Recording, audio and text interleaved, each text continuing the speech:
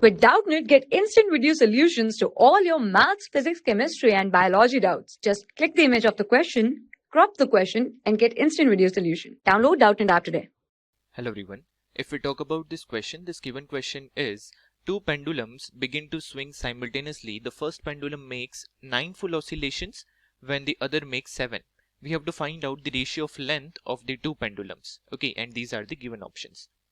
Now, let us assume that the time period of the first one is t1 and time period of second is t2. Now, it is making 9 oscillations, okay, when the second one is making 7 oscillations. Now, we know that the time taken to do 9 oscillation by first one equals to time taken by the second pendulum to complete 7 oscillations. So, what I can say that 9 times of t1, which is the total time in 9 oscillations, equals to 7 times of t2, which is total time taken by second pendulum in 7 oscillations.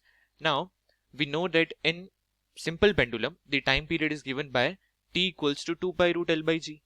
T equals to 2 pi root L by G. This is the expression for time period in simple pendulum. So here in this case, this will be 9 into t1 is 2 pi root L1 by G.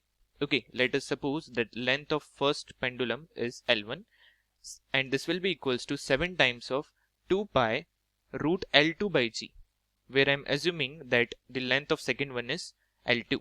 Now we have to find out the ratio of length. So from here I can say that 2 pi root G and 2 pi root G will cancel out from both the sides. So I will be getting root L1 divided by root L2. Root L1 divided by root L2, this is nothing but 7 by 9. 7 by 9. Okay. Now if I square both sides, then I will be getting ratio of their length, which is L1 by L2, equals to 49 divided by 81.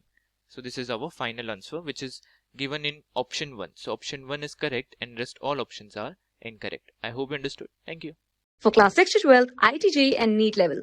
Trusted by more than 5 crore students. Download Doubtnut app today.